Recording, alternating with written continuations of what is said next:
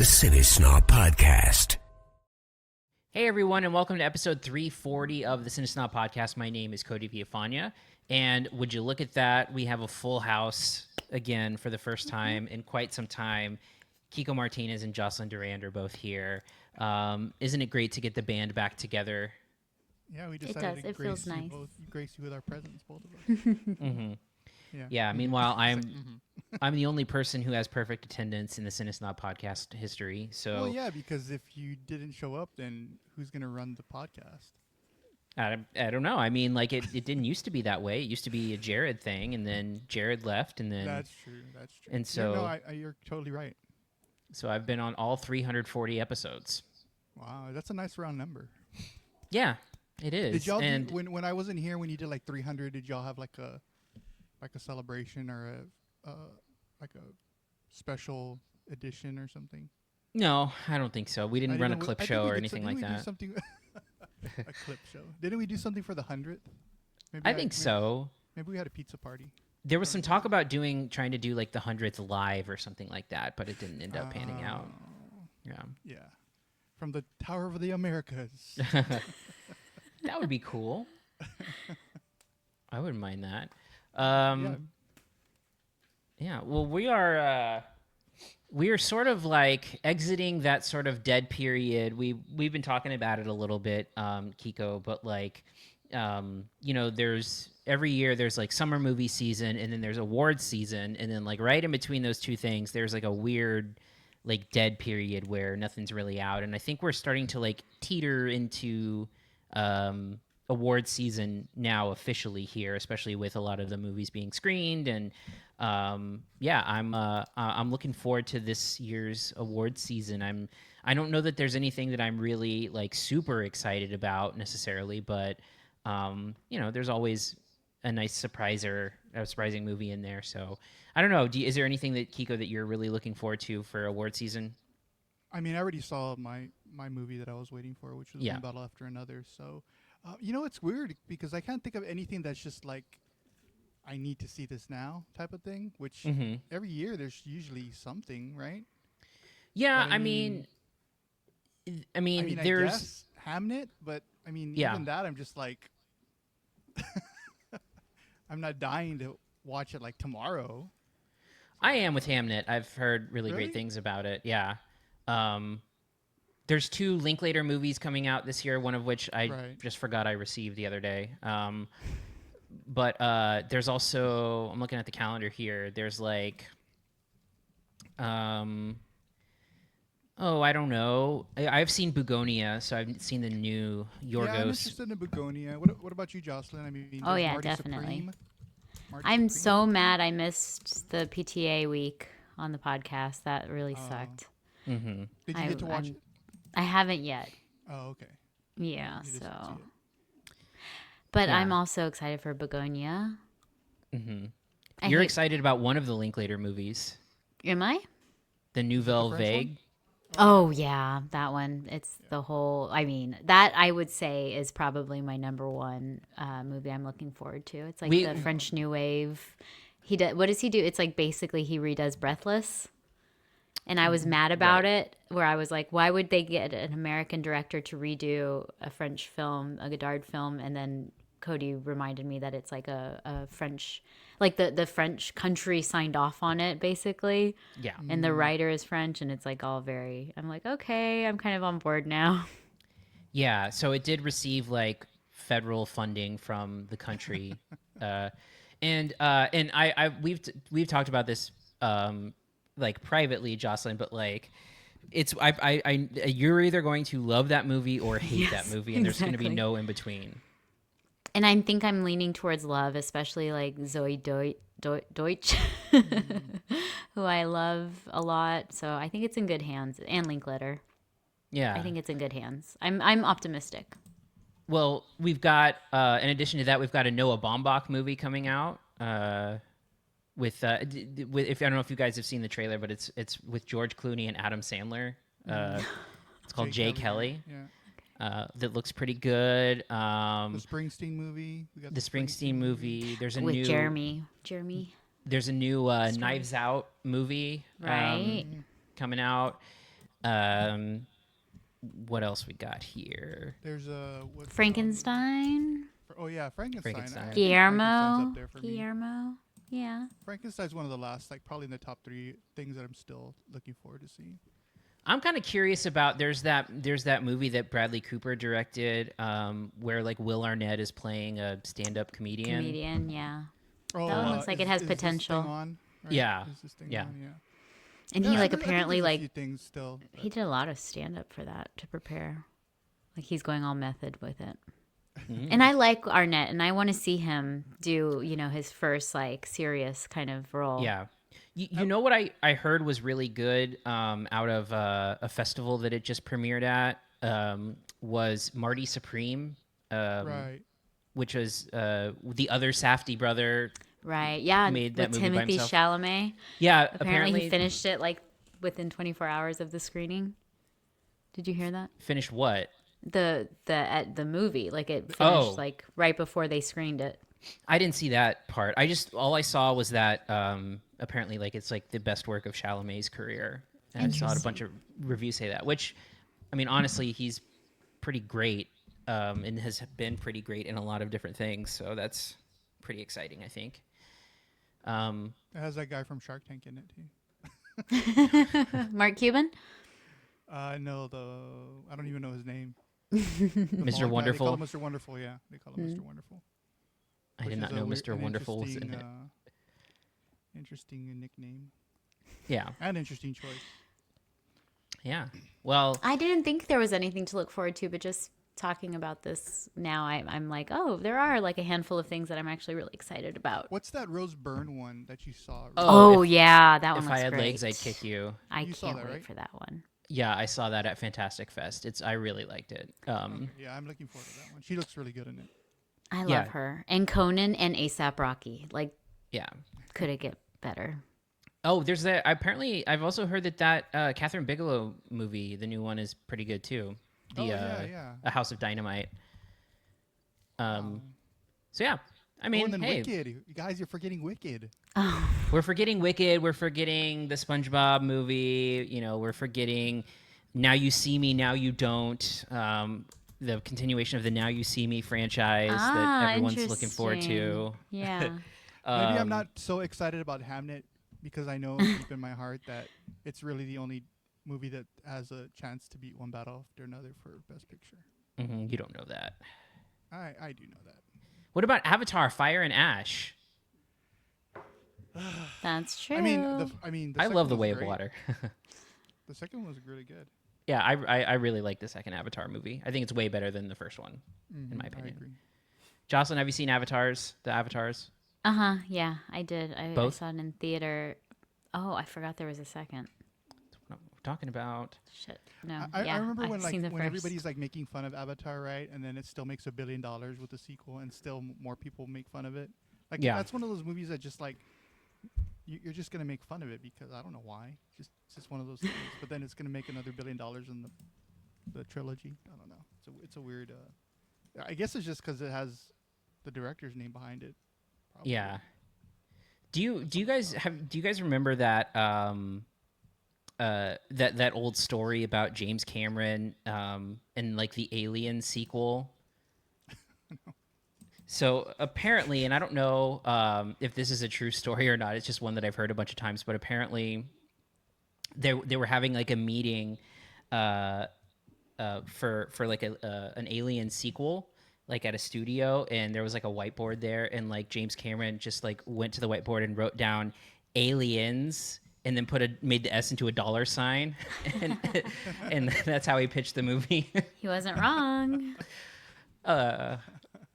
I mean, Cameron makes so much money, it's not even funny. So, yeah. All right. Well, that's our fall movie preview, I guess. And we've got a lot to get to today. We've got a full show. We've got 5 movies to cover. So, let us not wait any longer, and let me find the right button that I'm looking for because everything is moved. And let's talk reviews. Here are this week's reviews. So as I said, we have 5 movies to cover this week, and the first one we're covering is The Smashing Machine. So the Smashing Machine was directed by Benny Safdie, who is one half of the Safdie brothers. And it is a sort of like biographical sports movie about a former mixed martial arts fighter named Mark Kerr, and basically telling the story of a difficult period in his life. And Mark Kerr is played by Dwayne "The Rock" Johnson, and it sort of just follows him through like some of the early days in MMA, where he's doing I think Pride fighting, and like some of the struggles that he went through with him, as well as his girlfriend in the movie, played by Emily Blunt. And so this is a movie that Kiko and I saw a few weeks ago, where Kiko hosted the Q&A with one of the actors in the movie, Bas Rutten, who was playing himself. And we saw it in IMAX here. And so I don't know if the two of you are even close to being into MMA. I personally think that it's fine. I prefer boxing to MMA. And the boxing movie is something that has sort of been around for a really long time. And I think the MMA movie, I guess, aside from like Kevin James' Here Comes the Boom, I don't really know too many. Warrior, wasn't Warrior one? Warrior was MMA, yeah. But not too many of those. And to be honest, I was not super familiar with Mark Kerr. This movie takes place in like the late 90s, early 2000s. And so that was a little bit before my time in following MMA on any level. I think this movie is kind of interesting in that I feel some mixed things about it. I think that this is the best performance of Dwayne "The Rock" Johnson's career. I think he's very good in it, and he's in a lot of like prosthetic makeup. And I feel like you kind of lose The Rock in a lot of the shots where you can't exactly tell that it's him. There are some times where you can. I feel like the makeup is sometimes a little inconsistent, but I feel like there's times where, the makeup is really well done, and he's really, he's really deep in character. And this is a character who, he's very sort of like motivational. He tries to talk about things really positively, but I really like his approach to, like especially in his interactions with Emily Blunt. I like kind of like the way he performs here. I think that he is, aside from Ryan Bader, who plays Mark Coleman, who is like his coach, I think that those are like the best two performances in the movie. Emily Blunt is not necessarily bad, but I feel like her character is just kind of like poorly written. I don't really like how she kind of like is very like back and forth in terms of like her emotional state, and she kind of gets sidelined a little bit, and then she kind of gets the short end of the stick, I think, character-wise, as the movie progresses and goes along. My biggest problem with the movie is that I don't understand, and this is like no offense to like Mark Kerr in his career, but I don't understand why this movie is like his story is pretty unremarkable when you look at it, which is just like he was a fighter, he had some like addiction issues, and like that's basically the extent of like what happens within this movie. And so the whole time I'm kind of like searching for, okay, well, like where's the narrative hook? No pun intended, because a hook of fighting. Boxing. What? It's not boxing, but I mean, you can throw a hook in any martial arts, right? You can throw a hook in basketball if you want to get. You can do that too, and it's a penalty in hockey. Yeah, there you go. But just for me, this movie is just like about this guy that has like a pretty unremarkable story, and I'm kind of like, well, why are we watching a movie about this particular person? Because really, aside from his like toxic relationship and his issues with substance abuse, this is like a dime a dozen sort of like sports movie where I just wanted something more. I wanted something to make him feel more important. I wanted more, underdog parts. I wanted more conflict. I wanted more sort of rise and fall. And this movie just sort of like barely gives you any of that stuff. So for me, I just think the narrative is underwhelming, and I feel like it's kind of, it's anchored by a really solid performance, and I don't think that he's going to be like nominated or anything. I think it's probably a little bit too competitive, but it is the best work of his career. And so I ended up walking away feeling like this is perfectly okay, but I'm not really getting why this is so, like, why they deem this like a necessary story to tell. So Jocelyn, I'll go ahead and go to you and get your thoughts on The Smashing Machine.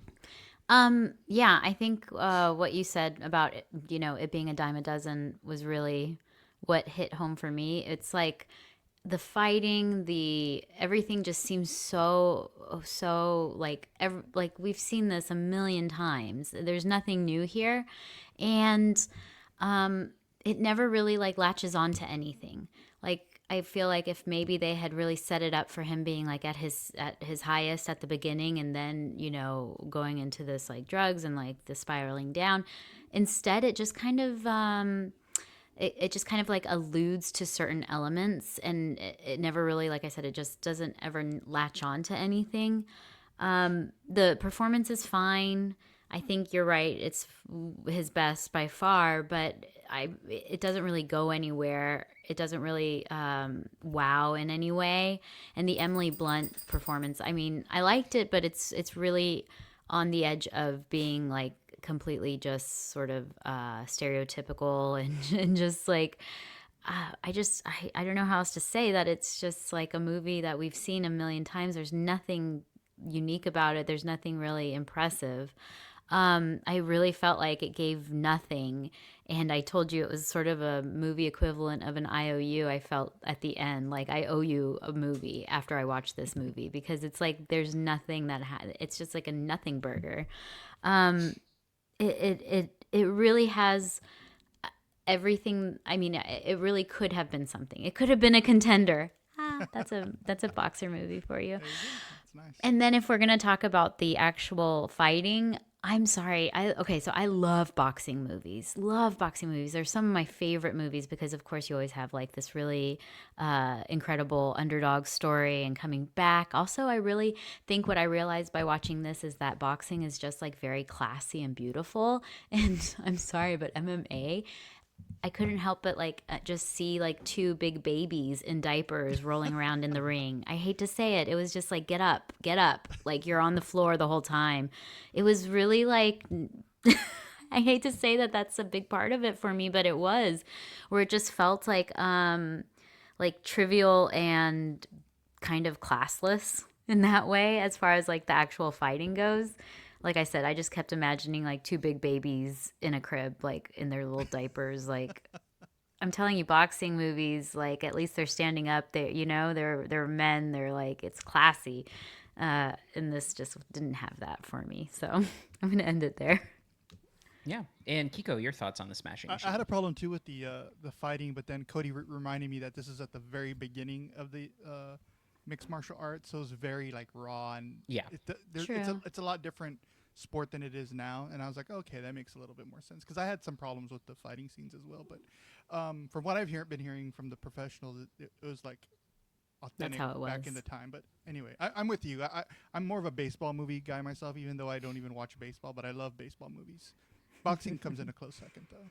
So I'll start this with a segue. I can still remember back in 2008 when The Rock was trying to really market himself as like a serious actor, and he slimmed down for like Get Smart, and he was trying to show Hollywood that he had some kind of range apart from Doom and the Scorpion King and things like that. So unfortunately, Hollywood didn't really pay attention to him when he did that, and he didn't land any prestigious roles. He ended up doing like G.I. Joe and Rampage, and it kind of boxed him in. So now we have something like The Smashing Machine with this very talented filmmaker making this like biography about an MMA fighter, and it almost seems like exactly what The Rock has been looking for his entire career. Like, this is like perfect for him, right? It's a role that, somewhere in between the art that he's always wanted and like sports, right? So I think he was super happy probably to get this role. So it's still too early for me to predict whether he's going to get an Oscar nomination. I have him somewhere, between 5 and 10. But he definitely is one of the strongest elements of the film. So I think the casting was smart. Someone to play Mark Kerr as this charismatic person with a lot of screen presence, and then of course the physicality was realistic and really dominant, which showed exactly what The Rock can do as an actor. But I'm going to agree with both of you. The problem with the Smashing Machine here is that Mark Kerr's life overall isn't that noteworthy in terms of a compelling narrative storytelling. I've seen the documentary that it was made off of, and without comparing it too much, in that one it really explored his life with like a rawness, and it hurt. His voice spoke, to you, so it really captured you in that way. And this film just doesn't do that. So there's like the struggles of the addiction that he's experiencing is like unfolding like in real time, and it feels intense. But Benny Safdie, he couldn't inject what he's normally done in his past films, like that really at the edge of your seat type feeling. Urgency. Urgency. There you go. Thank you. So it felt like, if I'm going to use a sports metaphor, it felt like he was running a route in football, like on the practice field, like with the practice pads. So I was waiting for that real game to happen. So because of this, I feel like it was less personal. The rise and fall of the sports hero. I thought that was there. There was just nothing behind it. So besides, there was some great action, and the performance was solid again by The Rock. I agree with both of you on the Emily Blunt thing. I think she tries to tap into like a vulnerability that he has, but she just didn't hit the emotional notes that she needed, mainly because her character I thought was really underwritten. So I'll point to one scene. There's a scene, I don't want to give it anything away, but there's a scene where she breaks something at the end, and like the pit of my stomach, like I was just like, oh, like I felt more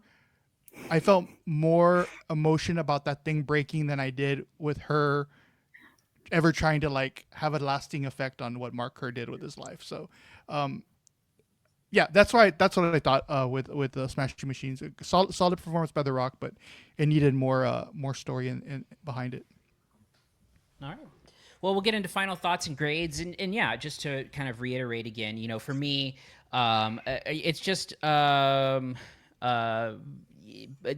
is nothing to say that, again, to not diminish like the career of this person who had a big career in MMA, but from a film narrative perspective, the story just is not interesting enough. It is an unremarkable story that they tried to like mine drama from, and I think unfortunately there's just not enough of it. The sort of like I said, I want either more rise or more fall or more both, but it ends up being this thing where like he basically just has this like addiction problem that throws him off for like a year, and then that's it. Like that's basically the whole thing, in addition to like a stressful home life and stuff like that. But I do like the performance a lot. I really like scenes where like he's trying to explain to Emily Blunt's character like about like making his protein shake or whatever, or like how he's talking about like how important it is to for him to like not have alcohol around or not be around it and stuff like that. Like he really taps into like an emotional vulnerability that really helps him disappear into it because of some really good prosthetic work, where he really does disappear into this role in many ways. That being said, just an overall underwhelming narrative. I'm giving this a B- because I do think it gets by on the strength of the performance, and I am also someone who is willing to be forgiving of sports movies, more so than a lot of other things, because I just really like sports movies, and I think that I can forgive a lot of flaws a lot of the time. So for me, this is a B-. It is a very, very tepid recommendation. Jocelyn, your final thoughts and grade. I think that's why I am so mad about it, because I'm just so disappointed because of all of the reasons that you guys went into, as far as like this really had potential. I was excited to see The Rock have his first serious performance. And it really felt like the vehicle for him. You know, the director's there. Everything seemed like it was going to be a really great movie. And then it just really just was super underwhelming. I think it really took no punches, pun intended. Like, there are no punches taken. It's really kind of, it almost felt like a little melodrama, like soap opera-y. There's a lot of like, you know, personal fighting between the two that felt really embarrassing. I was just kind of uncomfortable and like, this is not the type of movie that I thought this movie was going to be. So I can't recommend it, and I'm going to give it a C. And Kiko. Yeah, again, for me, the movie, the Mark Kerr story itself was the problem. Like, just in comparison, when you're thinking of something like The Iron Claw, which I wasn't a huge fan of either, but at least those like struggles turned into something like really compelling on the big screen. So this tries to like capture that chaos and his addiction mostly, and in the toxic relationship that he has with Emily Blunt's character. But it just can't get over that rise and fall and redemption story, that biopic playbook that you always get from a sports movie like this. So I was on the fence, but I'm ultimately not recommending it and giving it a C+. All right. So we will go ahead and move to the next movie here today, which is Anemone. So this is a movie that is basically has notoriety because this is the first film that Daniel Day-Lewis has acted in since Phantom Thread in 2017. So he basically came out of retirement for this movie, and that is probably because the movie is directed by his son, Ronan Day-Lewis, on a script that Ronan and Daniel co-wrote together. And it follows a... basically, in the movie, Daniel Day-Lewis, he plays sort of like a one half of a brother pair. That's probably a better way of putting that, but the bottom half or the top half? I don't know. The left half, his left foot. Aww. I thought of that too. Thank you. So he's basically kind of like isolated off the grid and has been away for a really long time. And he's visited by his estranged brother, played by Sean Bean, who basically tries to convince him to get out of isolation and come back home to help with the problem that's happening with a family member of theirs. And so, yeah, and you know, this is a complicated movie to talk about, I think, because I feel like there are things about it that are really well done, and I think there's things about it that are like incredibly boring, to be honest with you, where this movie sort of moves at a glacier's pace for most of it, especially the first half of the movie. And to me, there are two things about the movie that I think work. The first one is I actually feel like it's really interestingly and well directed. Let me actually back up from that. I think it's well directed from a visual standpoint. And I was, reading a little bit about Ronan Day-Lewis, and he's like an artist who, has had like solo exhibitions for his artwork and stuff like that. And that makes sense because the movie kind of like looks really beautiful at times. There's a lot of interesting stuff going on with like, tracking shots and camera work and panning stuff. And the dance scene where they pull back from the cabin, yes. I like that a lot. Yeah. The cabin dance is an awesome directed scene. I mean, it really cool and really well done. And I think that, so from a visual standpoint, I think that there's clearly like an eye there for like a visual eye there for Ronan Day-Lewis. And the other piece of it that's also really well done is Daniel Day-Lewis, just a super captivating performer as always, where especially he has like a series of kind of like monologues that happen throughout the movie, and I think every single time he has a monologue, it's really great. And he has a great one involving like a story with him and a priest, that I won't spoil, but it's like a ridiculous kind of story. You know, Kiko, what it reminded me of at times, this movie, it reminded me of Tyrannosaur a little bit. Okay, I can see that. Because Daniel Day-Lewis's character is sort of like very like pushing back against like religion a little bit, and he's very sort of like very I guess like I don't know what the word I'm looking for is here, but like dejected and stuff like that. And Tyrannosaur is a way better movie than this, but it reminded me of that in parts. But like some super great monologues. There's also a great monologue where he gets emotional towards the end of the movie, talking about like his military experience. Again, like really captivating, really great. You know, Sean Bean is fine in this role, but he's mostly there to sort of like respond to Daniel Day-Lewis in these scenes. The problem becomes this is just sort of like a very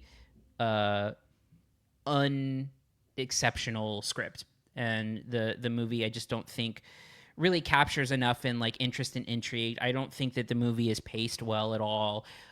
Even when you have these great monologues that are being delivered by Daniel Day-Lewis, it's all in the acting. It's all in the performance. There's not a whole lot there on page. I also, don't think that like the family dynamic story is like all that interesting, especially, they're sort of like trying to, interject for Sean Bean's, well, and I guess I'll just kind of spoil this here, but like,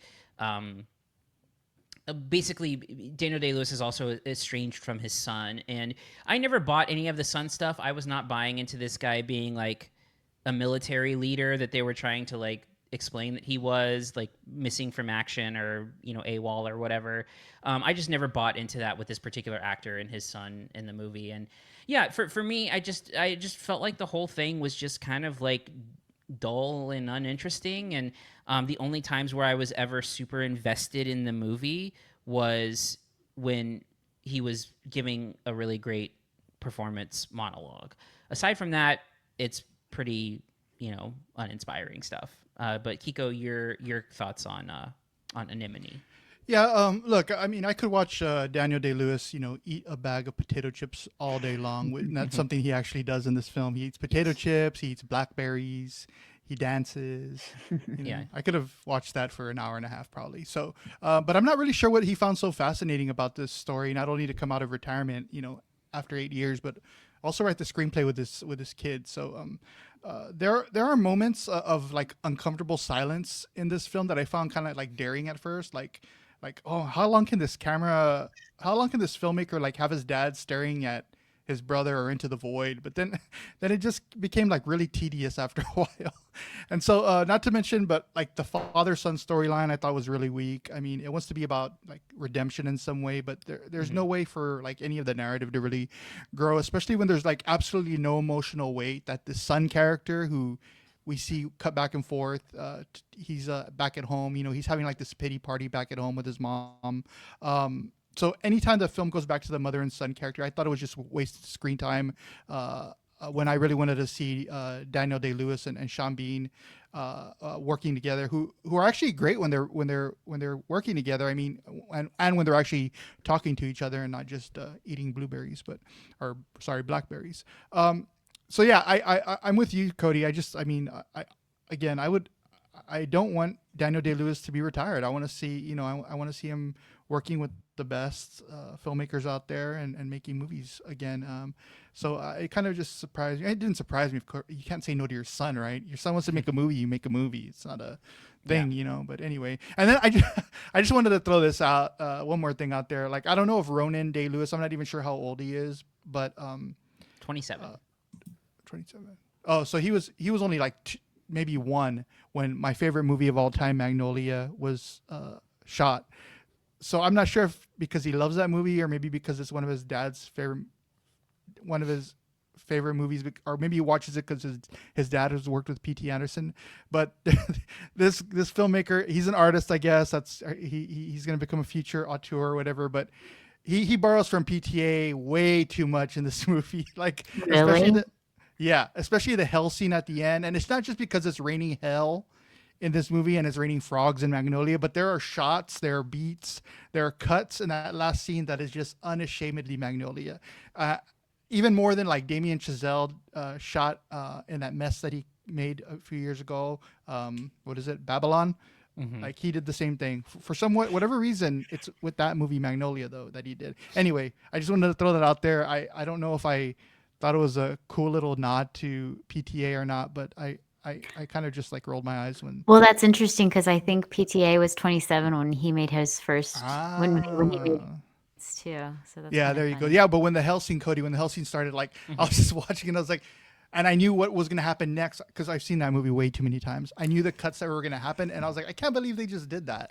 Like, he just maybe he did it intentionally. Well, again, I'm sure he did. But I think if you it would be cool to lay him over and see where the edits happen, shot for shot, yeah. But or side by side. It felt like that to me. Anyway, that's where I am with Anemone. Perfect. Well, we'll get into final thoughts and grades, and yeah, for me, I mean, Daniel Day-Lewis spectacular in the movie, but. Not really given he kind of didn't give himself a whole lot to do with this because he co-wrote the screenplay, so he's partially at fault for that. But aside from the phenomenal performance, for me, it's just one of those things where there's it's like all style, no substance kind of thing, right? Which is there's a lot of really great visual stuff. Again, the tracking shot that we talked about from the house is really great work. Like I was like, when that shot happens, I'm like, okay, this is like really well done. But aside from like some pretty showy monologues from Daniel Day-Lewis, I don't think there's a whole lot of meat on this bone. Like I said, I don't think it's well paced. I think it moves really, really slow. It's really, really dull at times.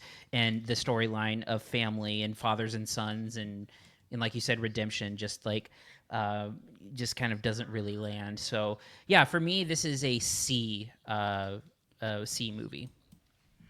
Yeah, for me, it's difficult me not to recommend a Daniel Day-Lewis film, even if it's average or uninspiring. Especially if he has not even a top tier performance. I would even consider this a top tier performance by him, but it's very, very, very good.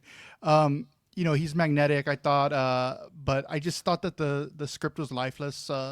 I thought there was, there's obviously a deep personal investment in the project, and I commend him for doing that for his son. But I don't think the film ever really, clearly expresses, anything that could really warrant, his return, after such a long hiatus. So I'm giving this a C+. All right. We will go ahead and move on to our next film, Good Boy.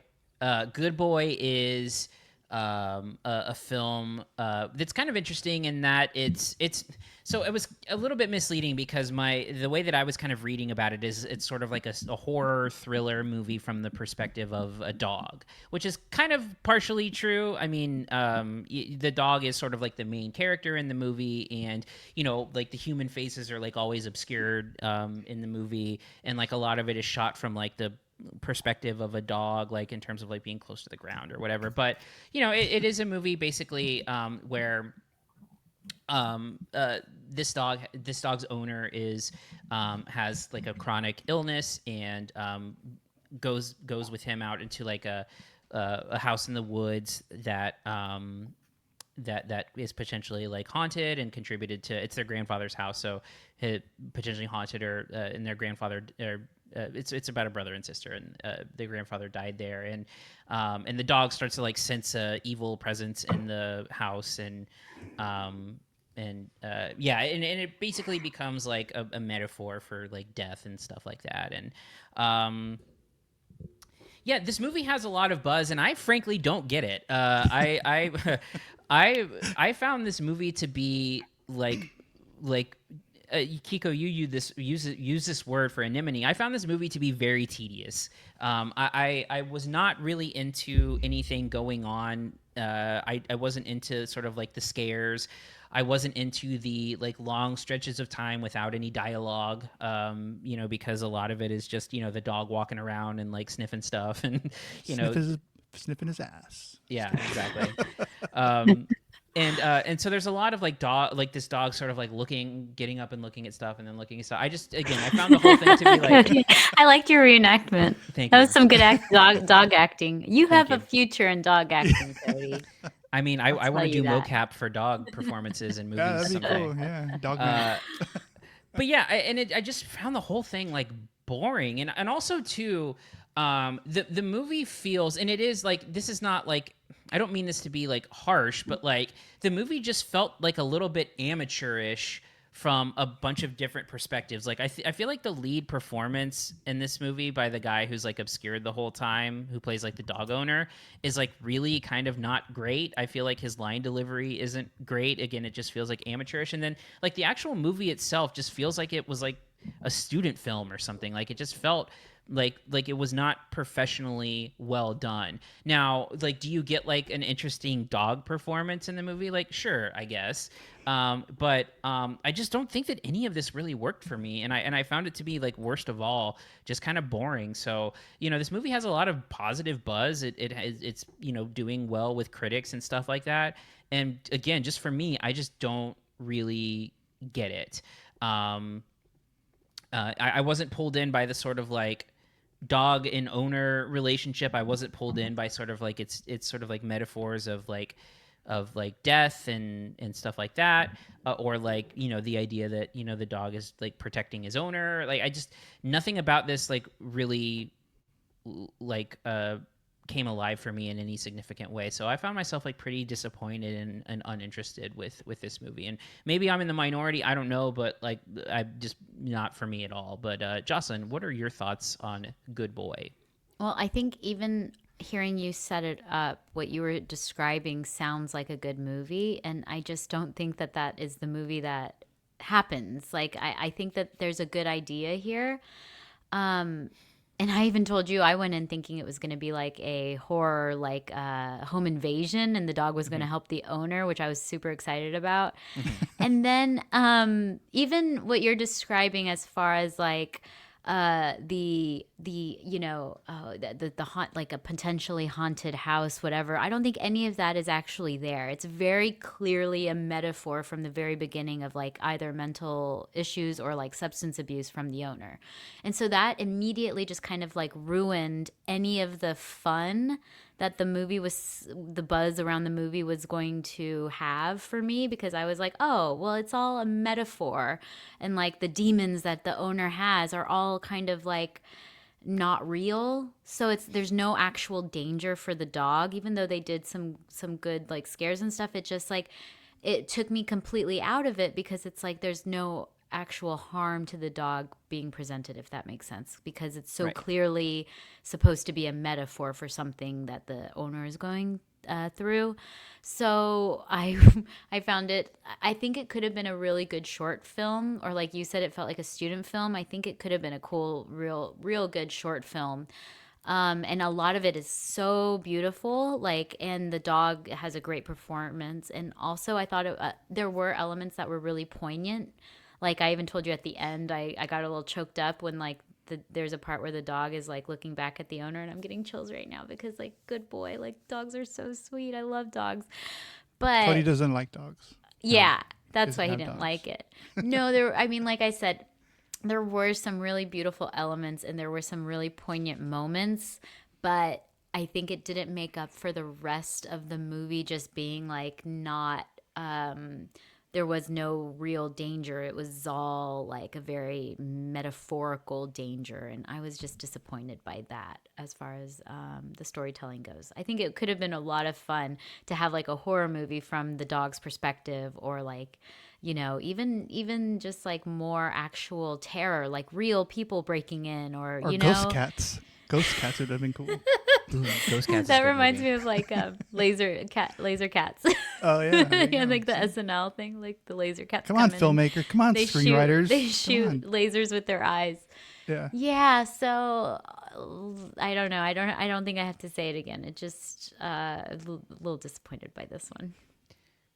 I'm surprised when you said laser beams from their eyes that nobody jumped in with sharks with frickin' laser beams on their heads. Is that reference too old now? Frickin' laser beams. No, they bring that up now with the alligator Alcatraz. So. Oh yeah. Oh, dude. One other thing I want to mention just real quick before we jump to you, Kiko, is that I'm talking about how tedious this movie is, and Jocelyn's saying like this movie would have been like a good short film. This movie's 72 minutes long. Like this is a very short movie that like wears out its welcome to me, even within that time frame. So, but anyway, Kiko, your thoughts on Good Boy? Yeah, so I love the concept of this film. As a horror movie, I thought it was clever. I thought it was really ambitious, and I found the dog itself to be a satisfying protagonist overall. If it was a Pekingese or something like that, probably not. I wouldn't have cared too much if it got stepped on or something. Yeah, exactly. And I thought Ben Leonberg, the director, he did a great job of building the tension, especially in the first part of the film where the audience is feeling out the story a little bit. What's he gonna do with this? Where's he going? The suspense I thought was there, and the visual style, and thankfully it never feels like campy in my opinion. But where this thing goes wrong for me is that without that strong story like we were talking about behind this really neat idea, I just thought it turned into like a novelty act. So by the second half it was just really repetitious for me and one dimensional.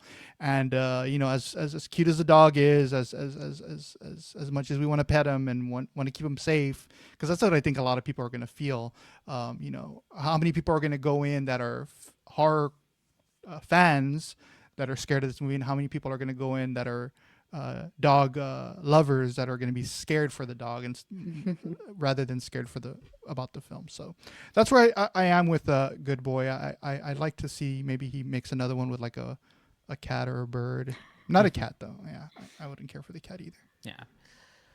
Well, all right. We'll get into final thoughts and grades. And yeah, for me, again, I was just from the jump not invested in the movie, and I found it to be really tedious, and for a movie that has a short runtime, kind of wore out its welcome quickly. Didn't buy into the scares, didn't buy into the dog owner relationship, didn't buy into the metaphors. For me, this is just kind of like a whiff of an experience. I'm gonna give it I'll just go with C. I'll do a C. And Jocelyn, your final thoughts and grade. Yeah, and Cody knows I'm such a baby, so you would think that like a dog movie like this, I would be on the edge of my seat. But I felt like there was no real danger at all. There was no I never once went like, oh my God, is something bad gonna happen to the dog? Like there was no tension. It was all very make believe, and I just couldn't stretch my imagination, I guess. But I will say there were some beautiful shots. There's still some shots that I'm remembering that are like, it was really well made. So for that, I'm going to give it a B-. Okay. And Kiko. Yeah, so again, overall, I thought the concept of the film was imaginative and ambitious, but there just isn't enough kibble in the bowl to make this a full meal. So again, it never feels campy, but it does feel like a novelty, and I am giving this a C+. All right, awesome. So we will go ahead and move on to our next film, VHS Halloween. So VHS Halloween is the 8th film in the VHS franchise, which is basically like a found footage horror anthology series. Interestingly, this is my first full-length VHS experience. I've seen segments before, but at Fantastic Fest a couple weeks ago, I watched this movie at 11 o'clock in the morning and had some fun with it and wanted to talk about it here. And, the VHS franchise has been like a really great springboard for horror filmmakers in recent years. And even like people who weren't super, well, I'll give you an example. So like the first VHS movie had segments directed by Adam Wingard, Ty West, the Radio Silence guys who did what is that movie called? Ready or Not, the new Scream, I think. And then like Joe Swanberg did one in there, which Kiko knows Joe Swanberg. And then over the years, it's been they've made a bunch of different movies and had a bunch of really great directors make segments and use them as a springboard for feature film careers. So it's always a really interesting series to just follow.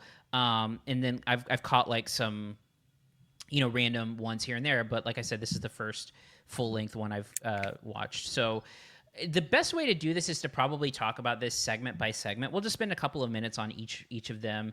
But this movie contains 5 different segments. And there's also, in addition to that, kind of like a framing device that kind of you see pieces of it in between each segment. That one's called Diet Phantasma, directed by Brian M. Ferguson, which is basically about them testing a new diet soda that basically is like a Lovecraftian thing trapped inside of it. And yeah, for me, this one it's a nice way to sort of like break everything up, and it really is just reliant on like a bunch of different kills, but it's shot in like, you know, this is the one that looks the most like a VHS tape out of all of them. You know, didn't really do anything for me. And when you guys talk about it, you can mention if that one did anything for you. But the first like full length one is one called Coochie Coochie Coo, directed by Anna Slakovic. And it is basically, so this is VHS Halloween. So a lot of these are involving trick-or-treating and Halloween and stuff like that. And this is about these teenagers who go trick-or-treating and end up basically in this house where it's kind of like your basic like fun house kind of thing, where like around every corner there's something lurking, and ultimately what ends up being there is this character that is like a mother figure, and there's like weird babies with weird faces. And yeah, for me, this one I think is like, this was like the baseline point for me, where this one is, I think, like the most average one of all of them, where I feel like there's pieces of it that work. I really think that like the funhouse piece is fun. I think it has like genuine scares in it. I think that like the baby face people you run into are like genuinely creepy looking in it. I think this one kind of like wears out its welcome a little bit, where I feel like it gets a little bit repetitive, and I was kind of waiting for this one to kind of like wrap up and end. But like solid middle of the road starting segment that I feel like is like a nice like middle point baseline. And like I said, we're gonna do round robin on each of these. So yeah. So Kiko, what were your thoughts on Coochie Coochie Coo and Diet Phantasma, if you have any? Well, Diet Phantasma, I mean, was fine. I mean, I thought it was interesting. You know, it was shorter. I guess if you put it all together, it feels like a full short film. But I liked some of the kills. I liked. I especially liked when the young girl gets killed, which is kind of creepy to say. But in a cinematic horror Halloween movie type of way. So, you know. I would have liked to see them go a little bit farther with that in terms of, you know, some of the blood and guts, but it all stayed in that one room, so it was fine. I to be honest with you, I thought I enjoyed Coochie Coochie Coo the most. I thought that was the most creepiest. I thought it was the creepiest. I like the idea of, you know, going into the haunted house and not being able to find your way out. I really thought, yeah, a lot of the imagery was really unsettling, I thought. Yeah. So I thought that was the one that worked the most for me overall. I thought the two girls, they really brought a sense of fear to the whole thing. It's silly. There's a sillier one later we'll talk about, but I thought this was silly and funny and scary enough. And again, I wasn't scared of the movie or anything, but I just thought I found it more unsettling than anything in terms of some of the things that have to do with milk. I won't give too much away, but anything that had to do with milk was pretty crazy. So yeah, I found this one pretty interesting, and I won't say if I like the other ones or not, but this was my favorite one of the 5. Cool. And Jocelyn, your thoughts on, and I will say this one more time, Coochie Coochie Coo. Okay, you say that, but we'll see. We'll see how many times you say it by the end of this episode. On this podcast. Exactly. I know. That's your nickname for me sometimes. So. Just kidding. I thought it was a very solid first story in the anthology. I felt like at points I could smell this one. Like literally you would walk in a room and I'm like, I could smell that room. And I think even being like a mom, like you're just like, this is, This is gross. Yeah. I think for me, the problem with this one was that I had just recently seen Barbarian. And so it was just like much too close to that, where I'm like, they're really just kind of doing the exact same thing that Barbarian did. So that was like the only drawback, because I thought it was a lot of fun and just creepy and gross.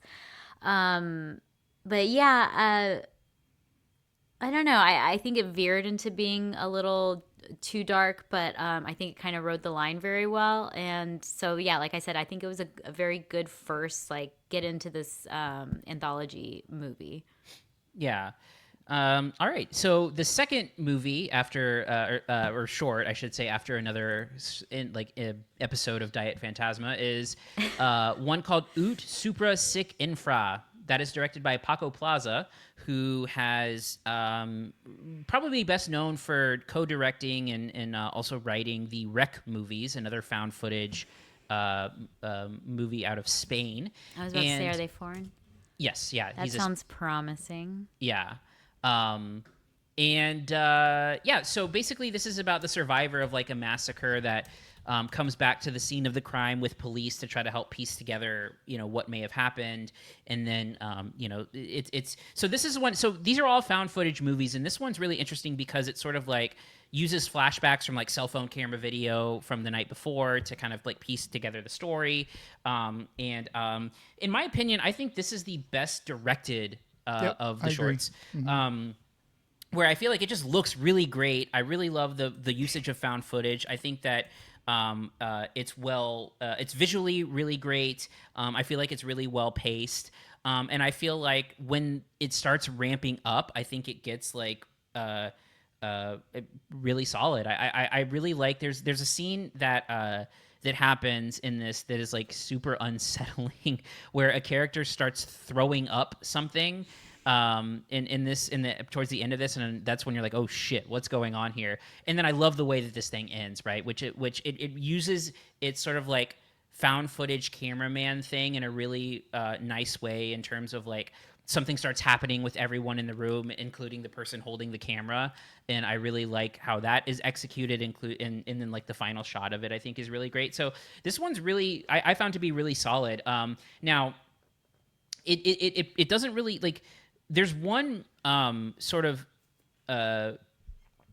short here that I feel like gives a full narrative arc, or at least as much as you can. And I feel like this one again like lacks the arc of it all, which is like it's just basically like you don't know a lot about what's going on. You just know that there's this massacre, and they're trying to piece it together, and that's it. So I maybe like a little bit more depth along the way, but I feel like this is better than the first for sure. I feel like it's the best directed one. There's a lot of artistry here, and I found myself liking this one quite a bit. And then we'll flip this and we'll go to let's see, who went first last time? Jocelyn? So Kiko. No. Oh, well, we're going to go to Jocelyn. Okay. Next. Jocelyn, please tell us your thoughts on Ut Supra Sic Infra. I love this one. This one was my favorite by far. I thought not just the directing, like there's one scene when the investigative team arrives at like the castle or wherever they are, the mansion, and it's outside and it's like a beautiful shot. And I think I messaged Cody. I was just like, oh, this one's good. Like they put a lot of effort into this one.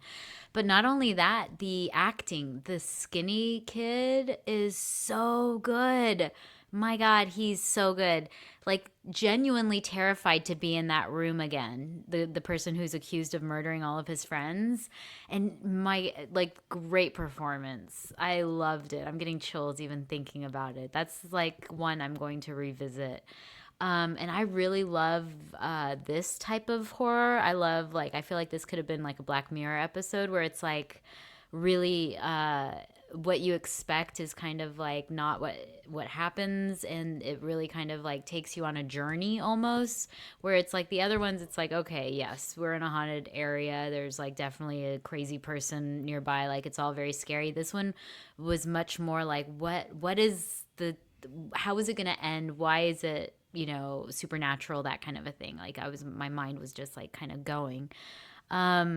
And then just the way that it was executed was really good and done in a way that wasn't like, I think, gratuitous, which I won't be able to say for some of the others in the future. And I really prefer that type of storytelling. I like it when it's just like really subtly creepy and like just the right amount of gross. So I loved this one. Yeah. And Kiko, your thoughts on this one? Yeah, this was my second favorite of the bunch, and I'll just go ahead and let y'all know it's the only other one that I liked other than the first one. So I only liked the first two out of the batch. But I thought this was more of a classic storytelling approach to the genre. I love the atmosphere. I love the way they set it up in this, this house, this decaying house. I mean, everything looked great. And I'll agree with Cody in that it was easily the best directed film of the bunch, and then also probably the best acted as well. I'll agree on that as well. I think I don't know. I was in the mood for like a funny type horror. That's what I always think of when I think there's going to be like funniness to the horror. So this was very more of a serious tone. So I think I found my happy medium with the first one. Not to say that this one is not good at all. Again, it's the second thing second favorite of the thing. And I just thought that it was really just a really well paced, really classic storytelling. And I love the way that they kind of drew everybody in with all the in comparison to everything else, it's not as horrific the things that are happening, but still bringing that tension to the screen. So, and then the ending is just really really really well done. So I think overall, if somebody you get the first one, you get the third one, which we'll talk about soon. This one stuck it right in the middle was a nice entry point in between both of these kind of more silly films. So yeah, that's where I am with this Spanish film. Perfect. So next up is the movie or the short that so VHS Halloween premiered I think night 1 or night 2 of Fantastic Fest, and I saw it a few days later.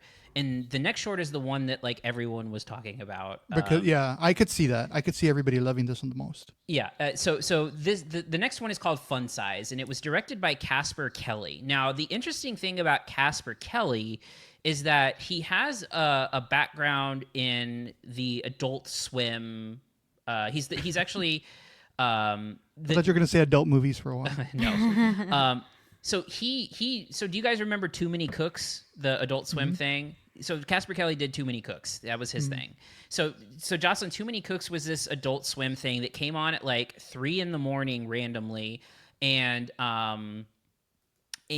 basically it was like the opening credits to like an 80s TV show, except for it kept going. And and so it's basically introducing like literally like it's 11 minutes long of an opening credits just introducing new characters, and it never stops. It just keeps introducing characters, and it's really really funny. It's really absurd. It's really stupid. As most Adult Swim things were. Yeah. And so it's just like it's incredible. Like it's really great. And so this Fun Size, this short, is the comedy piece of the VHS Halloween movie, where it basically follows these I guess they're technically teenagers, like older teenagers, and they get to this house that says like 1 piece of candy per person, and they look through the candy, and the candy, this is my first big laugh of the segment, where the candy has this like almost like AI generated random names to them, and they're like, what is this candy? And basically they try to take more than 1 piece. They get sucked into the candy bowl, and then they meet all sorts of horrors down in this factory that is creating. You forgot the penis candy. Oh, well, the first one the first piece of candy that they take is like this really cream filled penis shaped it's a big part of it. Bar. Sorry. It is. Well, because once you get down into the factory, you realize how they are making the candy, and they continue to get followed by, I guess, like whoever runs this thing, who keeps like popping out of the shadows and saying Fun Size. And this short is just like bonkers. It is like a bananas thing where it really heightens up the absurd comedy of it all. It's very like, again, like Funhouse kind of thing. I laughed out loud multiple times in this. There's a really funny thing to me where they like the Fun Size villain in this, they try to cut off his hand, and then like gumballs start shooting out of it. Just like really funny, stupid stuff like that. When I saw it in the theater, like people were like losing their minds at this short. Like everyone like really, really loved it. And this is like, for me, like really, really great horror comedy. It is super silly. It's ridiculous. It's over the top. I can see how it might not be people's cup of tea, especially if you don't like that sort of like Adult Swim weirdness that's kind of like baked into this. But, and walking away the first time, I thought that this was my favorite. I think I've rewatched a few of them, and I think this is moving down to number 2 perhaps for me on my favorites, but I had a blast with this. I really, really enjoyed it. So wait, what was number 1? You're not telling us what number 1 is still. We still haven't talked about it, have you? We have not talked about number 1 Oh yet. my God, really? Okay, Yeah. That surprises me. Yeah. It better be the haunted house one. I mean, it is, yeah. Oh, thank God. Okay. I was like, if it's the other one, I'm gonna not talk to you anymore. Yeah, no, we'll get to my favorite, but we have I'm not glad. talked about Okay, it yet. I'm just glad that we can get that out of the way. Yeah, I would rank this number 2 for me. I thought this was really fun. And then Kiko, your thoughts on Fun Size? Yeah, I'm gonna be a bit of a snob here. I mean, it was fine. I laughed at a lot of stuff, but I think if I had brought my son to into the room at 9 years old, he would have thought it was way funnier than me. And again, maybe it's the maybe I need to see it in with a full audience laughing. But yeah, I thought the grotesque humor only goes a long way. I thought after a while, seeing penises go on the conveyor belt or whatever else was. There's one penis. I mean, no, there was like ball. There was another. There was penis. There was and another balls. set. Yeah, There was okay, penis. Right, Penis or other body parts, I guess. I should Nice. probably stop saying the word penis anyway. So yeah, We've hit our quota for the episode. Yeah. So I thought those, like, you think about Halloween, you think about the mischief that happens, the trick or treating, things, kids stealing candy and stuff like that. So I thought that was cute enough to make a couple of jokes out of it. But after a while, I just kind of got a little bored of it. I kept enjoying the fiance thing. I thought that was funny. Oh, right. That Yeah, was I can see that. But yeah, it's interesting that this is, and I think there's some, I guess, shock value. It's disturbing in some places, and I guess you could say it takes some risks. But I thought the plot overall, just in comparison, was relatively thinner than the other one. So that's where I am with that one. Yeah, Jocelyn. Yeah, I think I'm leaning more towards where Kiko landed, and I agree with him where I think I would have liked it a lot more if I had been in an audience, like just like dying laughing about it all. But being just, at home alone, I was just kind of like, okay, I kind of get it, and I don't know, it just sort of wore out its welcome a little bit for me. The fiance. I want to say that this is probably the shortest one, right? True. Shortest? Fun Size. I will also say that the voice that the scary guy was making reminded me a lot of a episode of Broad City when she's like, she gets her wisdom teeth taken out, and it's like, Mr. And I couldn't get past that because it just reminded me of, I can't remember what his name is on Broad City, but it's like a Mr. Bingo or something like that. Bingo Bronson, that's his name. Bingo Bronson. So every time he would speak up, I would just think of Broad City, and it was like, okay. And, I think they could have done more about, like, this is what I think my problem with it is. The villain doesn't make a lot of sense to me. It's like a ping pong headed guy. That's what I think I'm having a problem with.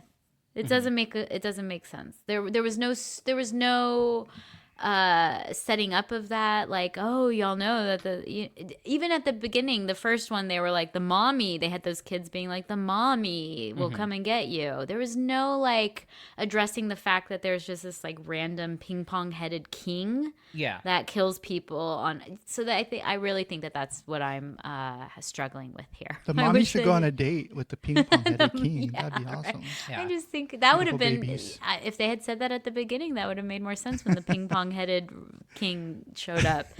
So that I struggled with. I wish there had been maybe a little more storytelling about like who this thing is, because it's not a person. That's when the ping pongs start coming out, or the gumballs. She was like, it's not human. So that was kind of funny. I did laugh at that. Yeah. All right, so we will get to the next film here, which is called Kid Print. Kid Print was directed by Alex Ross Perry, who has directed movies like Her Smell and Listen Up, Philip, 2 movies that I did not really care for.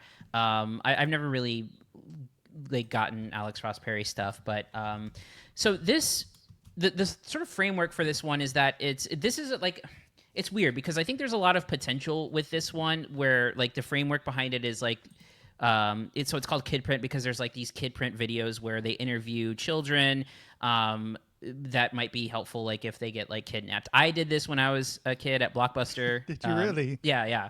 We've got VHSs of this somewhere. So when I saw this, I'm like, oh, I know exactly what this is. This is kind of a funny way to, or like an interesting, no, it's not funny, but like, it's like an interesting sort of like take on a horror movie where ultimately a lot of the children in these videos end up kind of like go missing, and the owner of the video store is like trying to help as much as possible, and ends up sort of getting like wrapped up in, you know, the potential for, you know, these kids going missing.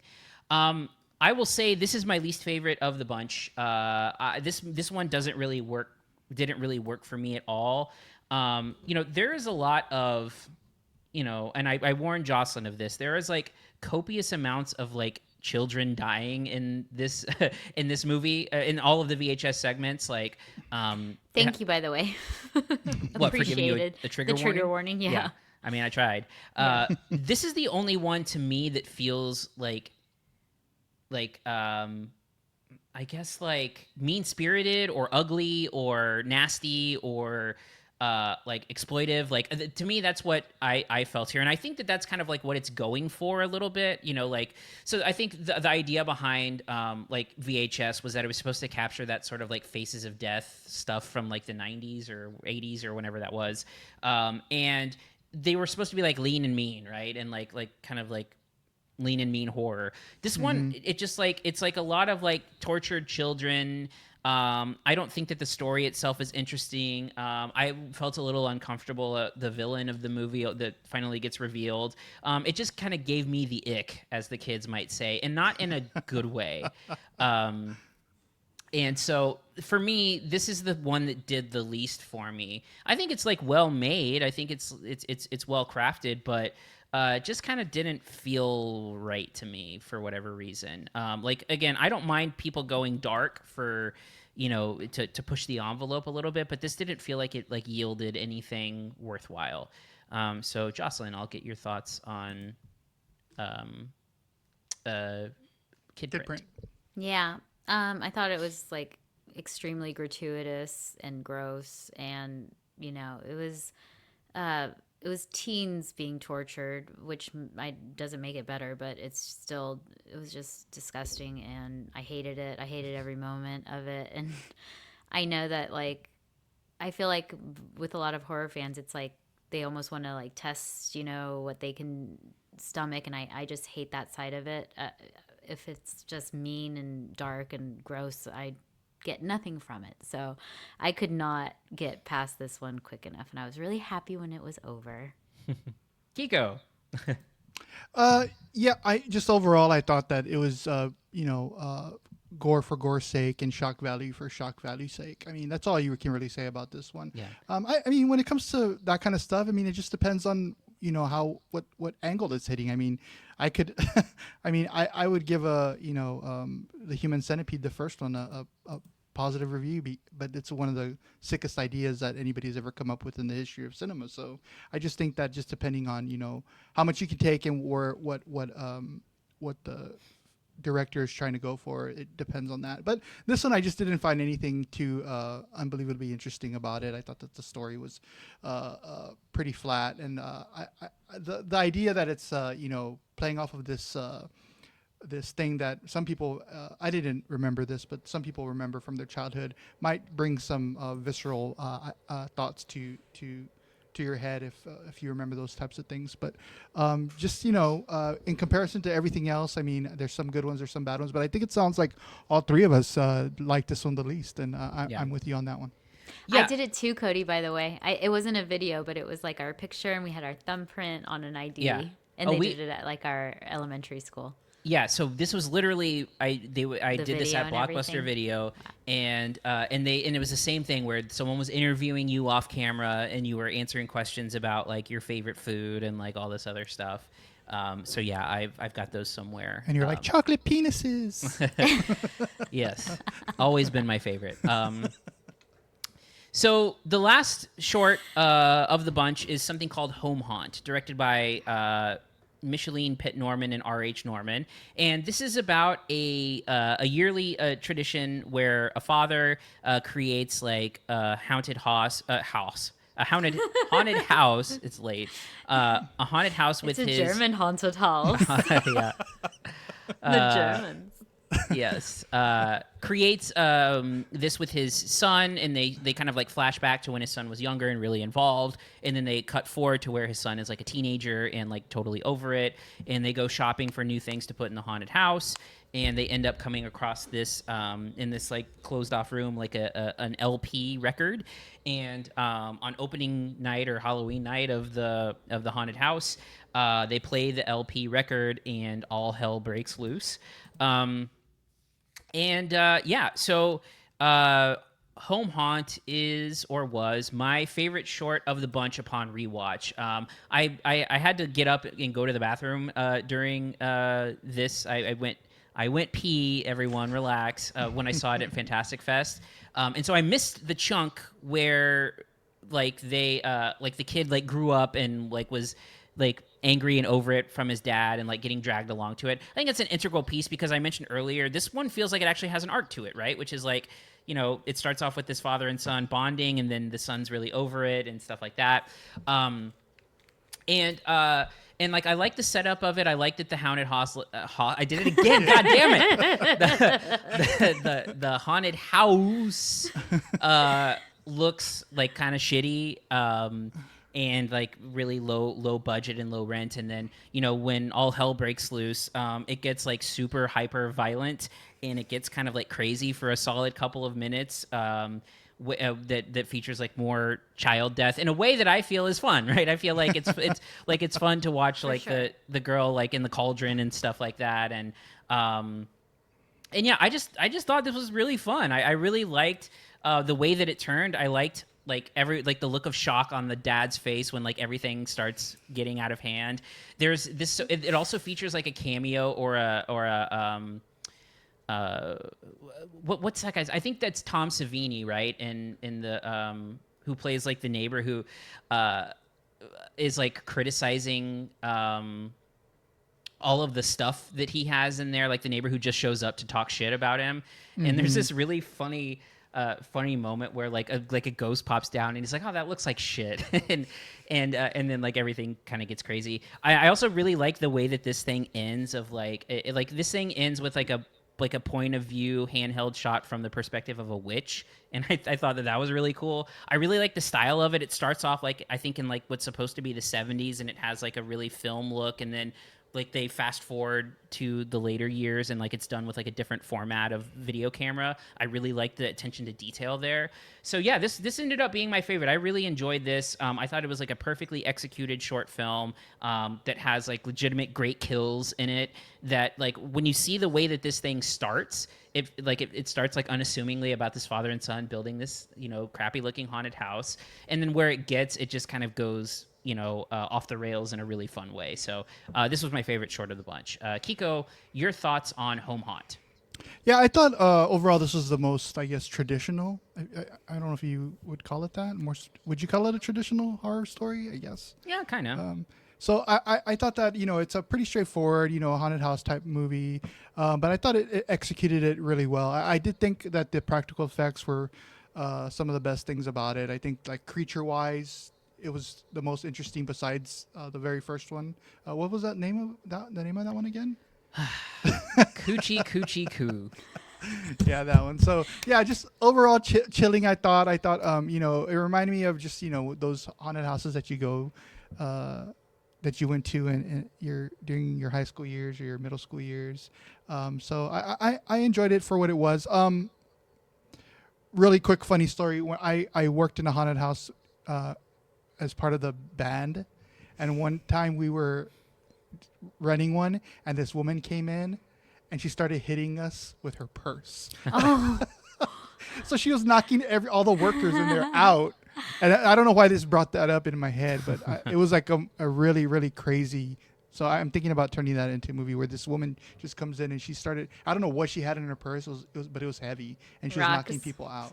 So we would jump out like in our vampire costume and we would get knocked over, and people were like, they turned on all the lights in the haunted house, and everybody was basically laying on the floor. You get in trouble if you do that at a haunted house. Yeah, exactly. So anyway, this came in probably my third favorite. So I enjoyed this one. Yeah, and Jocelyn.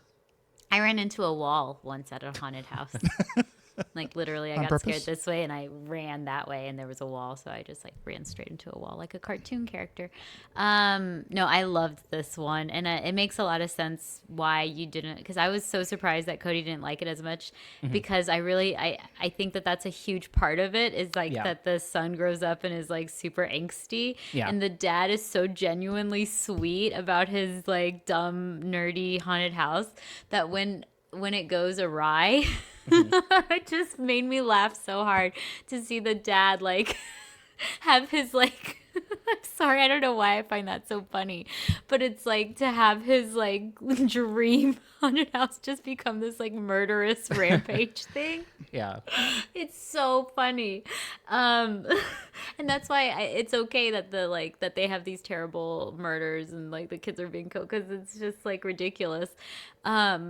Yeah, I really loved it. And I was waiting for like the dad to be bad or the dad to be mean. So then to see him genuinely like just so upset that this thing that he has poured his love and heart into has just become like this terrible thing. So good. I loved it so much. I really like this one. I may like it better than the one I said was my favorite now that I'm thinking about it. And then when the point of view thing at the end, that it was a perfect way to end the movie. So I like how it just like jumps to credits after where it's just like flies.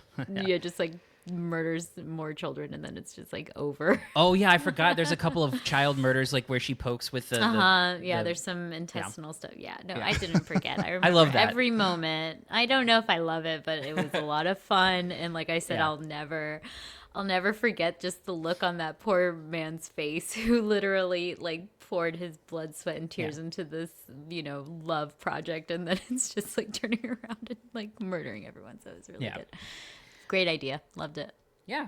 Well, all right. So that covers all of the shorts. So final wrap-ups and grade. And it is kind of like difficult to grade this because they're individual experiences. But what I'm kind of looking at is like, for me, I think that hold on, my headphones stopped working.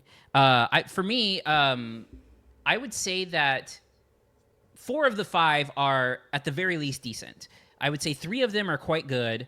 And there's only really one for me that didn't work at all. And I think for an anthology, that's like pretty good numbers, I think. And I just think this movie is kind of a blast. I think that like there's something in here for everyone. If you lean into like the really hardcore graphic stuff, maybe you'll like Kid Print, but there's infusion of comedy throughout a lot of it. There's different styles, there's different eras. There's serious stuff like the Spanish short, and I just feel like it's a really nice like collection of stuff where like I think only a couple of times do I feel like anything wears out its welcome, and if you're not into it, it's over within 15 minutes or something like that.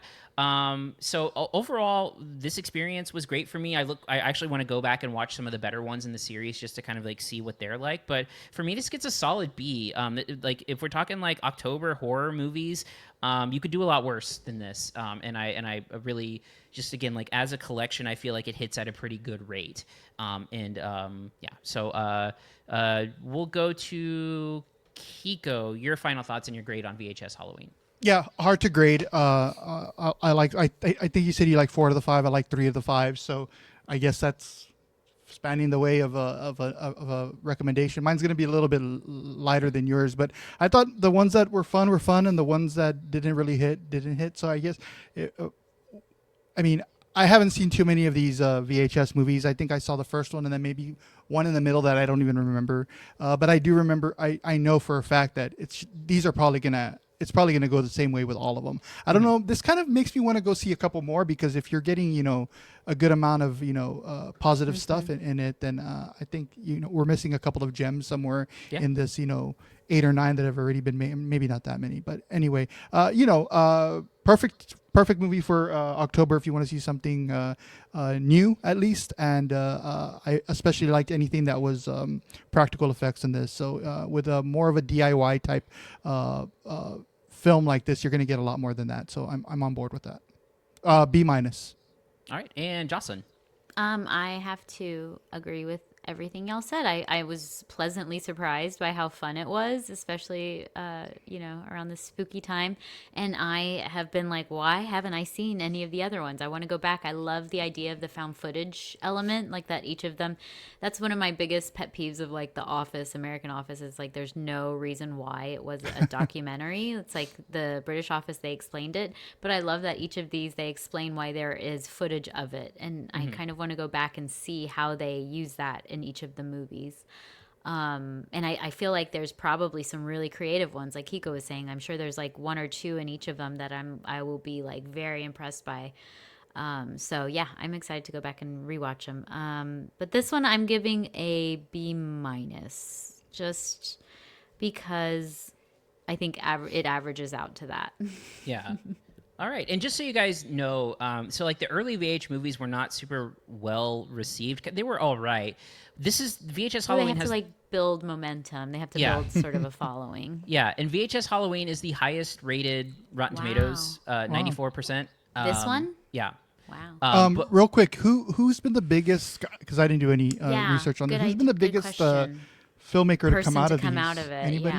Yeah. So I mean, I've got the sort of like directors in front of me here, and it's hard to tell like when in their career this happened, but like, like Adam Wingard made this before, like in between Your Next and The Guest. Okay. So that was like right in so like VHS, the first one came out in 2012 and Your Next came out in 2011. So he was shortly like on the heels of that, or right on the heels of that. I'm trying to see here. I know. I was just even going through the first one, and it already had like at least like two people who I was like, oh, that's like actually someone I've heard about. Yeah. I'm seeing here. Has PTA done any? PTA has not made a VHS short, unfortunately. Maybe he should. Okay. Yeah. So I would say there was a movie. Did you guys watch the movie Watcher? That sounds vaguely familiar. With what's her name from The Guest, Micah Monroe. So that movie came out in 2022 at Sundance, and that was her debut, and she had a short in VHS 94. So that was a springboard for her. There's a director named Jennifer Reeder who has made some stuff that had a short there. I know that, like, let's see, Ty West did it in 2012. I saw that was the one that I saw. Okay. Yeah. I see Scott Derrickson did one. That might be an interesting one to go because he did The Black Phone and The Exorcism of Emily Rose, which I liked.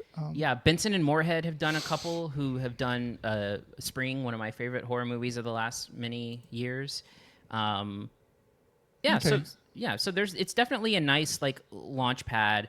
And then you've got like some people who step in and do it. Like I know that the last one, like Justin Long directed a short in that. Kate Siegel, who's Mike Flanagan's wife, who stars in all of her stuff, directed a short that was written by Mike Flanagan. So yeah, I mean, there's definitely some talent there. So I love it. I mean, I'm really curious to go back and watch. And like I said, like this one is at 94% on Rotten Tomatoes, and then like the other two highly rated ones, VHS 94 was at 90%. VHS Beyond, which is actually sci-fi. It's not horror, it's sci-fi.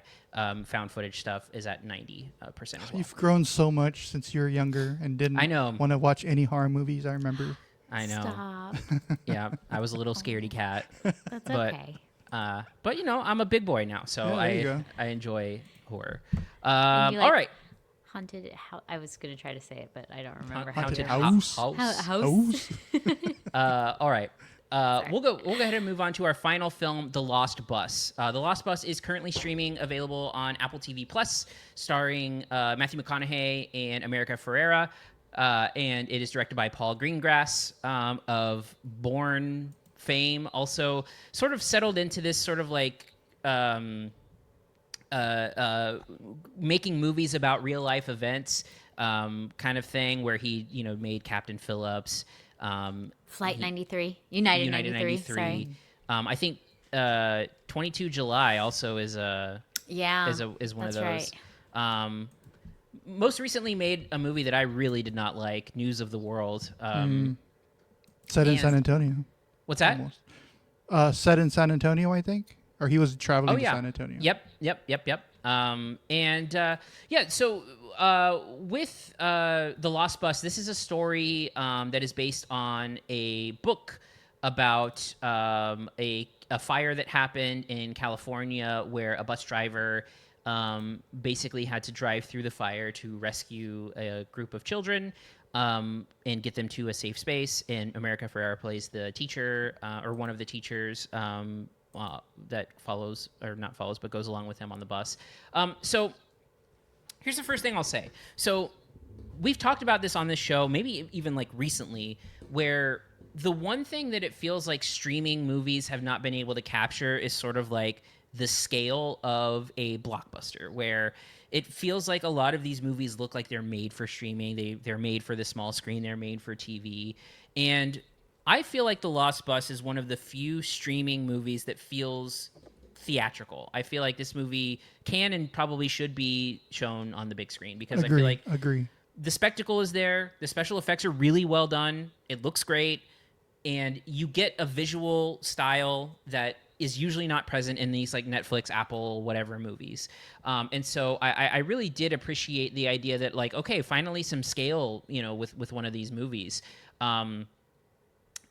For me, this movie is like, this movie's 2 hours and 10 minutes long. And I feel like you could have shaved a good like 45 minutes out of this movie in a bunch of different areas. The thing that really like bugged me about the movie, especially early on, is this thing gets like really bogged down in the procedural details of fighting this fire. That? No, I did not like I love that. I love that. And I assume that this is something that I think Paul Greengrass does do, but I think there's a lot of like real people in this movie, like not like non-actors playing firefighters and stuff like that. The acting's like a little bit stiff and and stuff like that. But like this movie spends the first like 30 minutes of all of these firefighters talking about like routes to take to try to fight the fire on walkie-talkies, mapping it out. I was bored to tears by the procedural parts of this movie. And really the movie starts to kick up when you start getting into like driving through the fire. And for me, I just felt like it just was very repetitive of just like this like perilous situation that just sort of like keeps on going and keeps on going. Not a lot really happens. Like it's just sort of like he runs into like a dead end in a road and has to find another route. And then that happens like a bunch of different times where he keeps on running into these things that happen, where he's got to like figure out what to do. McConaughey is totally fine in the role. I don't know if you guys knew this, but his son in the movie is his real life son. Levi. Yeah.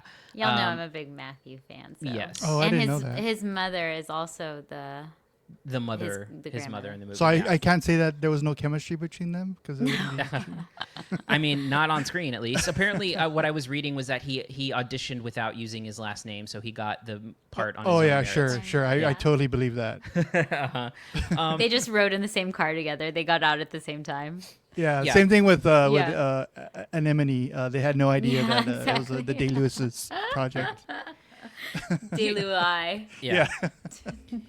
Here's the other thing I will say about the movie is that I'm not buying that Matthew McConaughey is desperate to get home to his child who is throwing up and has a fever. Like, that's the extent of like why he's like fighting to get home. And like he goes to like a pharmacy to presumably get over-the-counter medications or something like that. They kind of treat this like his son is dying at home and that's why he has to get home. And I'm just like, this kid's like sick. Like this is not a life or death type of situation. And I feel like the movie tried to make you believe it. And also Matthew McConaughey's character is like reacting as if it's a life or death thing. And I just didn't really feel any level of urgency for that. So for me, aside from the scale and the spectacle of it all, I'll be honest, I was pretty unmoved by this thing.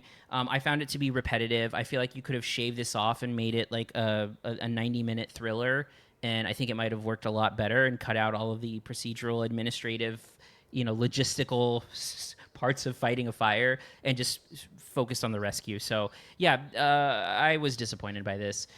So then we will go ahead and move on to Jocelyn. Your thoughts on The Lost Bus? Thank you. Wrong. You are wrong. Wrong on everything you said. First of all, this is catnip for moms, basically. First of all, I have a child with a 101 fever in the room right next to us, and I would have driven through fire to get him some Tylenol today. I know it's not the same because he's like a 15-year-old. Yeah. You can't give kids Tylenol anymore. Oh, that's right. Yeah, no, I'm not taking it. Okay, I'm giving it to him. He's already born. Anyway, it's just funny that you brought that up because I didn't think that we would have to argue about that element to it to go into this. But immediately, I just want to tell you that I don't think that the movie was trying to say that it was a life or death thing. Yeah, I think what it was just trying to show is that he's like a single dad trying to do his best. That's it. I think it was just trying to show that. By him being like, oh, my son's sick, the mom thinks I suck, and I'm terrible at being a dad. So it was like a lot of pressure, I think, is what it was trying to show. That he was just like, has a lot of pressure, He's like, got a sick dog, his truck is broke. Like, come on, it's like a country song. Anyway, loved this movie. I'm a huge fan of Paul Greengrass. I don't know, y'all may know this about me, but I think United 93 I had to see for a screening. Like, I think I was doing a review of it when I was at UT, and I went with my mom, and we both were like, is this the best movie we've ever seen? Like, we both went in very skeptical and we're just like, what? Like, this is incredible. So I've been a fan of his ever since. And I don't know if I need to watch like those Nashville 911 shows on ABC, but apparently this is like my jam because I love every moment of it. I will say that I agree I think it took just a little too long to get to the actual fires. I had no problem with the procedural stuff about it, and actually I really liked the fact that they seemed like real people, the ones who were doing the routing and everything. But on the other side, I will say that part of it was also a little silly because they kept going back to them and they'd be like in the sunshine and like perfect weather and they'd be like, well, it looks like it. So I'm like disagreeing and partially agreeing with you about that, Cody. Yeah. Well, I'm glad you softened off your stance of wrong, and then ended up wrong. agreeing. I think they were far away enough to not be in the smoldering heat. But I think what I'm trying to say is I think what Cody's saying is that they don't have the chops as unprofessionals to make it seem like there was some disconnect as far as like them pretending to be like emergency officials. It didn't seem authentic of like, oh my God, we got to go. Do you see? I think that's what you're trying to say, but I think y'all get my point as well. I love that y'all both said that it's like a theater movie. I loved watching it, on my laptop. But like, wow, I was really impressed with like the fire scenes and like those crazy like flying. I was just like, this is incredible. It was so good. There's some misses. I mean, it's not a United 93. I feel like that's like Paul Greengrass at his best. There's some things missing here. There's like people in a river that are never really addressed, and I guess you just assume that they all die, which is like very sad, but I feel like you gotta explain what happened to them. And then I will say also that I don't know. I don't think that I was as perturbed by it being like redundant as far as like them continuing getting dead ends, because I think that's like the drama. That's like them not being able to get out of the fire is like, yeah, it sucks. We get a dead end. There was at one point though when people started like coming towards the buses and it sort of felt like a Night of the Living Dead almost. Like there was like these like faceless like zombie people trying to like, threaten the bus. So it's not a perfect movie. I will say that I am almost embarrassed that I liked it so much, but it's just like I loved it. I had so much fun. Okay. And Kiko. Yeah, I love Paul Greengrass's most of his work, but I mean, United 93 is I can't remember what year it came out, but it was definitely in my top 5 of that year. 2006. 2006. Wow. Yeah, I'd have to check my my list. And then of course Captain Phillips. Those are my top 2. But yeah, Cody, as you're talking about this, even though you didn't like it, you could recognize that this shouldn't have been. And again, you know me, I loved it watching on my laptop. But as I was watching, I was a little upset. Like, what? I don't understand. Like, why nobody is showing this on the big screen. Not because I needed to see it, but just because I think that people that do care about that stuff more than I do would have really enjoyed to see it on a big screen, I think. What do I want to say about this film? Procedural stuff, real quick. I loved all that stuff, even in bad movies that have that kind of stuff, like the Boston Marathon movie. I didn't like it, but I love the way that the cops are talking to each other. All of that, when they do that, it feels true to life. I thought that this is a spectacle movie, but it didn't feel like a spectacle. If that makes sense. I mean, it was entertaining. That's weird to say because so many people were devastated by this event. But I thought that the emotional resonance that played throughout the entire film. The stakes were so high that it really worked. And because Matthew McConaughey makes us believe he's this hero, I thought really brought a really strong presence to the whole picture.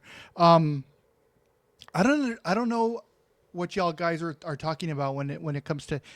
I know Cody thought a little bit more about it, thought more of it than Jocelyn, but I didn't even think about the talent on him having to take it. I think somewhere in the fire that probably wasn't I didn't something think that he about was it. thinking about. I didn't even want to mention it until Cody brought it up. So I was. It would have been funny though at the end if he got out of the car and his son's there and he shook the Tylenol bottle. Hey, now that would have been something. But I didn't get that at all. I didn't even think about Tylenol or anything. The weakest part of this film, I thought, again, and it's funny that you said that it's his real son, but I didn't like anything that the father-son storyline. I could have lived without that. The son that hates him. But I understand why it was added. You need to kind of show him that he's gonna, he can't care for his own kid, but he's gonna take care of these kids and redeem himself. With throwaway storyline, I could have lived without it. So.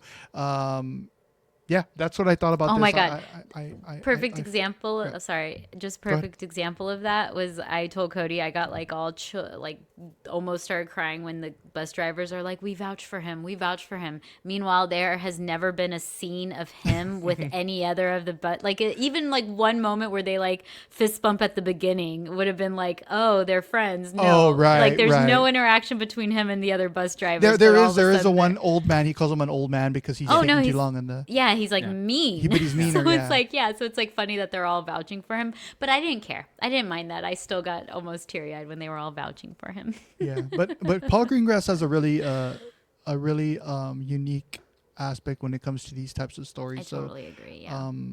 Yeah. He shoots it really well. So United 93's top tier Paul Greengrass, but The Lost Bus is solid too. Yeah. Well, all right. Final thoughts and grades. So for me, again, I found this. The sort of thriller true story piece of all of this to be pretty underwhelming. I think that it really succeeds on the spectacle level, but I feel like it's overlong. I feel like it's kind of repetitive, and I just don't think that the main kind of draw of this character and storyline between him and his son, I never really bought into that either. So for me, this is a C+. I'm not going to recommend it. But I would say that if it does sidestep a lot of the problems that direct-to-streaming movies have in ways that I found to be impressive. Just not anything involving the story or the writing or anything like that. Jocelyn, your final thoughts and grade. I just think even bad Paul Greengrass is better than most things out there, and it's still something that I'm going to like and watch. So I'm giving it a B. I recommend it, and like I said, it's not without its flaws. But I think what he does well far exceeds anything that might take away from that. All right, and Kiko. Yeah, I think this was just grounded in complete tension, and it was gripping. It was intense. I think McConaughey delivered a performance that people aren't really going to give him a lot of credit for because it was controlled. It was quiet. It was he's playing this hero that doesn't really burst at the seams or anything like that. I think he anchors the film. But the subplot of the father-son thing, I could have it overshadowed some parts, but I thought it was emotionally resonant. I thought it was a good drama, so I'm giving this a solid B as well. All right. And that is going to do it for this week. So next week, I'm going to be out of town, so we're going to be off. What? Yeah, sorry. Why can't Jocelyn and I just do it and you miss your first? I mean, do you really want to host? Do either one of you want to host? It's not fun. I'm just kidding, because I want you to keep your I wanted you to keep your participation ribbon. Well, thank you. I pride myself on being the Iron Man of the CineSnob podcast. Oh, man. Now I want to host just to knock that break that perfect streak. attendance. I'm going to veto that, and you guys don't have the password to get into this platform, so the joke's on you. I could guess it. We'll do it on It's Zoom. going to be haunted house. We'll do it on Teams. Yeah, that'll be great. We may be able to do a show the following week. I'm gonna be out of town for a little while, but I do want to talk about a documentary that's coming out on the 17th, which is one of the best movies I've seen this year so far. So I want to try to make it back in time for that. But we'll see what happens. But either way, we'll have some stuff coming up here in the next few weeks, and we'll be back at it. But no reviews for Tron Ares or Roofman or Kiss of the Spider Woman. Why do you hate dogs and Jared Leto? Come on, guy. That's not very nice. I'm sorry, but I need to tease some interviews when you get a chance. Yeah. Well, if you want to reach out to us, find us on all social media at CineSnob. Subscribe to our YouTube channel, where you can find a library of interviews, including what, Kiko? So visit CineSnob.net this week, and I have an interview with Back to the Future actor Crispin Glover, who I talked about his new indie mystery thriller, Mr. K. Mm-hmm. It's about me. No, I'm just kidding. It's about a magician who becomes trapped inside a hotel while on the road. I also have an interview with Good Boy director Ben Leonberg, who brought along the star of the film, Indy, for an on-camera talk.